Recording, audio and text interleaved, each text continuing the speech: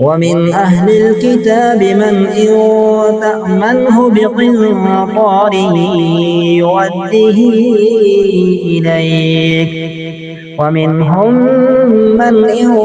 تأمنه بدينار لا يؤديه إليك إلا ما دمت عليه قائما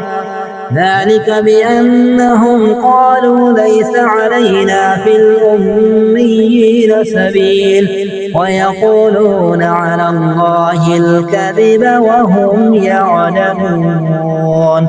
بلى من أوفى بعهده واتقى فإن الله يحب المتقين إن الذين يشترون بعهد الله وأيمانهم ثمنا قليلا أولئك لا خلاق لهم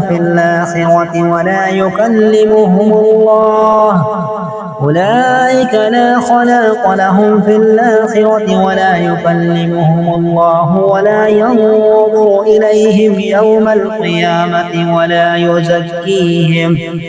ولهم عذاب أليم وإن منهم لفريقا يلوون ألسنتهم بالكتاب لتحسبوه من الكتاب وما هو من الكتاب ويقولون هو من عند الله وما هو من عند الله ويقولون على الله الكذب وهم يعلمون ما كان لبشر أن يؤتيه الله الكتاب والحكم والنبوة ثم يقول للناس كونوا عبادا لي من دون الله ولكن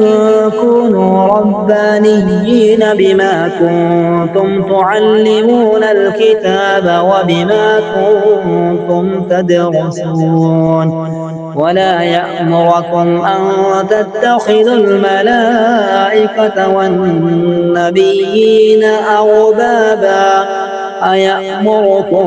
بالكفر بعد إذ أنتم مسلمون